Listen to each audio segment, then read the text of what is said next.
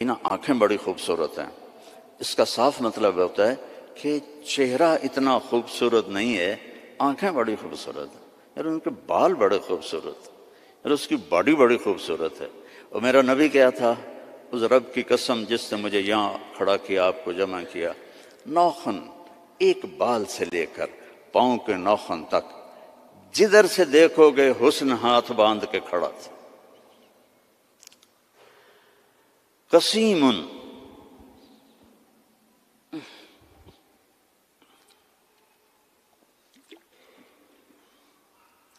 اللہ اس اماں کا بھلا کرے، کیا کہہ گئی کہ 1400 سال ہو گئے ہیں، مولوی تھک رہے ہیں ترجمہ کرتے کرتے۔ اللہ کی قسم یہ بھی تھوڑا میرا عربی کا اللہ نے مجھے ذوق دیا ہے، بڑا ڈھونڈ ڈھانڈ کے میں نے الفاظ، لیکن اللہ کی قسم میں نہیں بیان کر سکتا، نہ کوئی مائک حلال کر سکتا ہے۔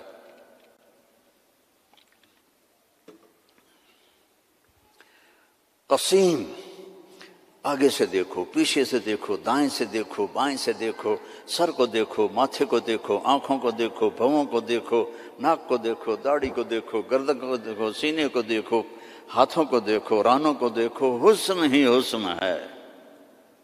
وسیم قسیم فی عینیہ داج، موٹی آنکھ تھی، سیاہ، فی اشفارہ وطف، ان بالوں کو عربی میں اشفار کہتے ہیں۔ ازج الحواجب، بھویں ان کی ایسے کمان کی طرح جیسے آج کل کی لڑکیاں بناتی ہیں نا مصنوعی، اصلی مڑا دیتی ہیں بے وقوف، اور اوپر وہ پینسل لگا کے وہ ایسے کر لیتی ہیں، پہلے نال بھی کوڑیاں ہو جاندی ہیں۔ تو میرے نبی کی اپنے آپ ایسے تھی، ازج الحواجب فی اشفارہ وطف، یہ بال لمبے تھے، لمبے۔ ادھر پر مصنوعی بال لگاتی نا لڑکیاں خوبصورت نظر آنے کے لیے، تو 2 نمبری فوراً پکڑی جاتی ہے، تو حسن کا روپ تو ختم ہو گیا۔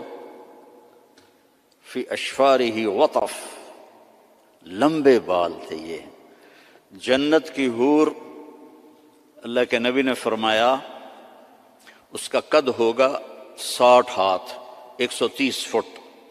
تو اس کے جو یہ بال ہیں، یہ بال کہ جو بڑا عقاب ہوتا ہے، ایسے وہ پروں کو پھیلائے تو اتنے لمبے، اس کا اتنا لمبا ایک ایک بال ہوگا، ایک ایک بال۔ تو اس کی آنکھ کیسی ہوگی، اس کا چہرہ کیسا ہوگا؟ سورج کو اتنی انگلی دکھا دے، فنگر ٹپ، فنگر ٹپ، سورج اس کے سامنے غروب ہو جائے گا۔ جیسے ابھی ستارے غروب ہے نا، سورج کی روشنی، اس کی فنگر ٹپ پر سورج غروب ہو جائے گا۔ فی لحیتہ کثافہ، داڑھی بڑی خوبصورت گھنی، میرے تو پتلے بال ہو گئے نا عمر کے ساتھ، گھنی داڑھی۔ فی عنقہ سطح، گردن سراہی دار، کوئی چربی نہیں گردن کے اوپر، سیدھی، ثبت القصب، سیدھا قد۔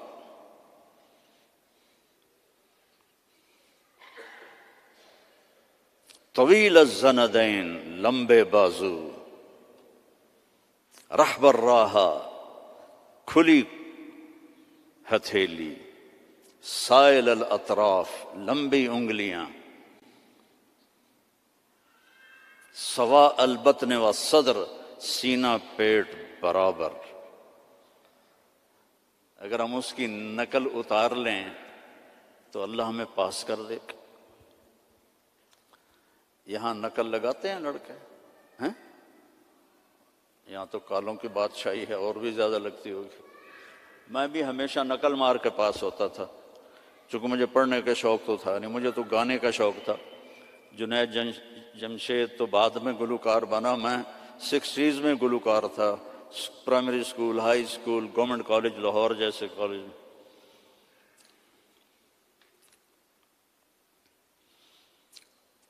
تو اپنے نبی کی نقل مار لو تو پاس نہیں ہو جاؤ گے۔ اللہ کو جو ایک ہی پسند آیا ہے، اور کسی نبی کی اللہ نے قسم نہیں اٹھائی، جیسے ہم نے کہتے تیری جان کی قسم، یہ پیار کی قسم ہے، جائز نہیں ہے، لیکن ہمارے انڈیا پاکستان کے ماحول میں ہے بھائی تیری جان کی قسم۔ اللہ نے کسی کی قسم نہیں اٹھائی، لعمرک میرے محبوب تیری جان کی قسم۔ کیا ہوگا وہ یار؟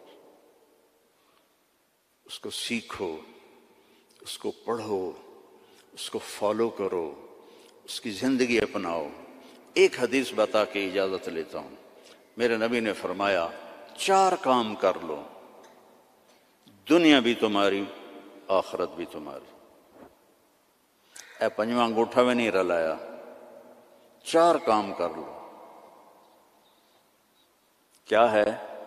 صدق و حدیث، ہمیشہ سچ بول، جھوٹ نہ بول۔ دوسرا کیا ہے؟ حفظ و امانہ، کسی کو دھوکہ نہ دینا، 2 نمبری نہ کرنا۔ تیسرا کیا ہے؟ حسن و خلیقہ، اخلاق اچھے کرنا، بول میٹھا رکھنا، ماں باپ کی دعائیں لینا، بد دعا نہ لینا۔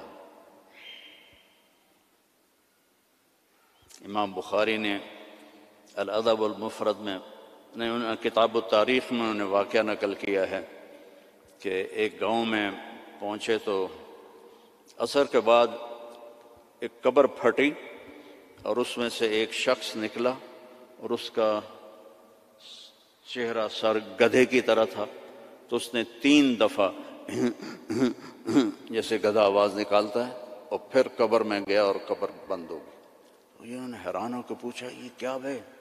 کہا جی یہ ایک شرابی تھا، اس کی ماں اسے روکتی تھی تو آگے وہ کہتا تھا کیا گدھے کی طرح تو بولتی رہتی ہے۔ جب بھی وہ اس کو روکتی تو وہ کہتا کیا گدھے کی طرح بولتی رہتی ہے۔ تو جس دن سے مرا ہے اسی دن سے روزانہ قبر اس کو باہر نکالتی ہے اور اس کا چہرہ گدھے کی طرح ہوتا ہے۔ ماں باپ کی دعا لو، بیویوں سے حسن سلوک کرو، بیویوں کو محبت کا اظہار کرو، بیویاں اپنے خامند کو محبت کا اظہار کریں،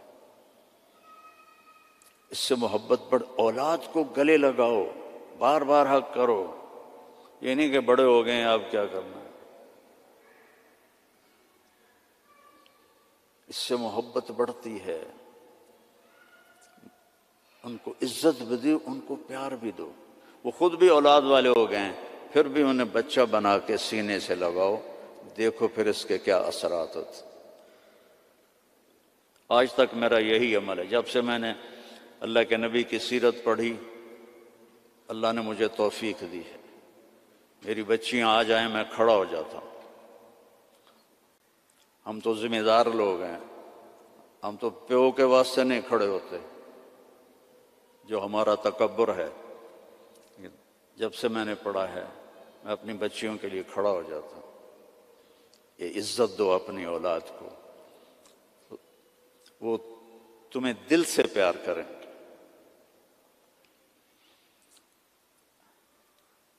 اگر اپنے یہاں فیملی رہتے ہو تو پیسے کی وجہ سے آپس میں نہ لڑنا، اس کی ریس بھی نہ لگانا، کمپیٹیٹر آ گیا اس سے بھی نہ ڈرنا، رزق تمہارا مقدر ہے، آئے گا۔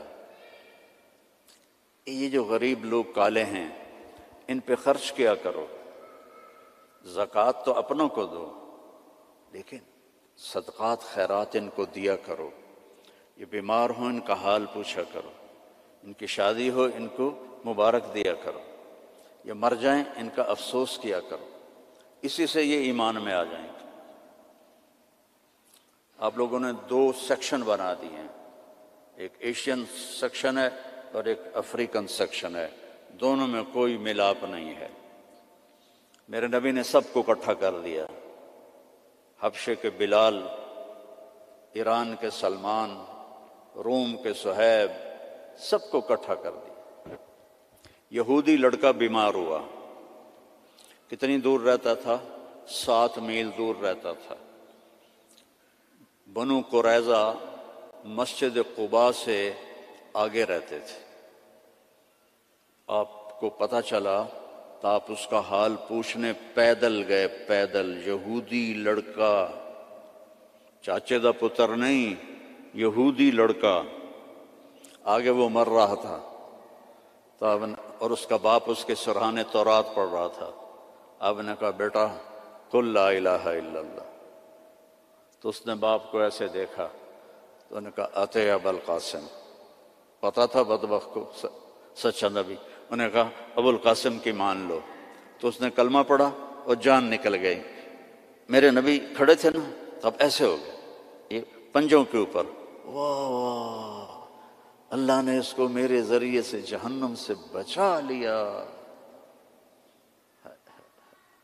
میرے نبی کی کیا خوشی تھی، آپ کی کیا خوشی، وہ جی فلاں کمپنی کے ساتھ میرا معاہدہ ہو گیا، اب رینڈ آمن گے رینڈ۔ میرا نبی کس پہ خوش ہو رہا؟ ایک یہودی لڑکے پر، الحمدللہ اللہ نے اس کو میری وجہ سے کفر سے بچا لیا، ایسے پنجوں میں کھڑے ہوتے۔ تو چلتے ہیں بھائی، دنیا چلنے کی جگہ ہی ہے۔ سب سے پہلے 91 میں آیا تھا میں یہاں، شاید آپ میں سے بہت کم لوگ اس وقت جہاں ہوں گے۔ کل جہاں میرا بیان تھا مے فیئر، وہاں 2 دن ہماری جماعت ٹھہری تھی۔ اس کے بعد پھر ہم گئے تھے آزاد ویل، پھر اس کے بعد ہم چلے گئے تھے کیپ ٹاؤن، ووسٹر، پھر وہاں سے واپس آئے تھے ڈربن، اور وہاں سے سپنگو بیچ، پھر وہاں سے مدرسہ زکریا، پھر وہاں سے واپس گئے تھے۔ یہ 91 کا ہلکا سا نقشہ میرے ذہن میں ہے، 33 سال ہو گئے اس کو۔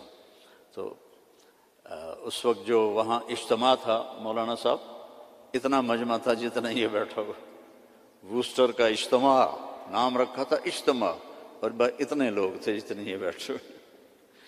اور مے فیئر میں کل جہاں میں نے بیان کیا ہے، کو 50 آدمی تھے 2 دن کی محنت کے بعد جو بیان سن رہے تھے، کل 5000 تھے۔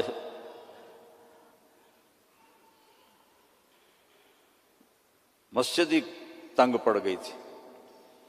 تو اللہ کا فضل ہے، تبلیغ کا کام یہاں ایسا چل پڑا ہے کہ اس میں 3 دن جایا کرو۔ میں ہر جگہ 3 دن کی تشکیل کرتا ہوں، چونکہ 3 دن آسانی سے آپ کر سکتے ہو۔ 40 دن 4 مہینے اللہ ہمت دے تو لگا لینا، 3 دن لگایا کر۔ جھوٹ نہیں بولنا، دھوکہ نہیں دینا، گالی نہیں دینی، رزق حرام نہیں کمانا، عفت فی طعمت، چوتھی بات رہ گئی تھی۔ یہ چوتھی بات کیا ہے؟ رزق حلال کماؤ۔ ایک حدیث، سچ، دیانتداری، اچھے اخلاق اور رزق حلال، تو پھر دنیا بھی آپ کی اور جنت بھی آپ کی۔ تو سارے بھائی نیت کرتے ہو نا؟ اور نماز نہیں چھوڑنی۔ مسجد قریب ہے تو پھر گھر میں نہیں پڑھنی، مسجد میں جا کے پڑھنی۔ مسجد دور ہے تو پھر ٹھیک ہے، مجبوری ہے، لیکن اگر مسجد قریب ہے تو مسجد جا کے نماز پڑھو، جمعے کا اہتمام کرو، روزوں کا اہتمام کرو، زکوٰۃ فرض ہے تو پوری ادا کرو، یہاں کے کسی غیر مسلم کو دھوکہ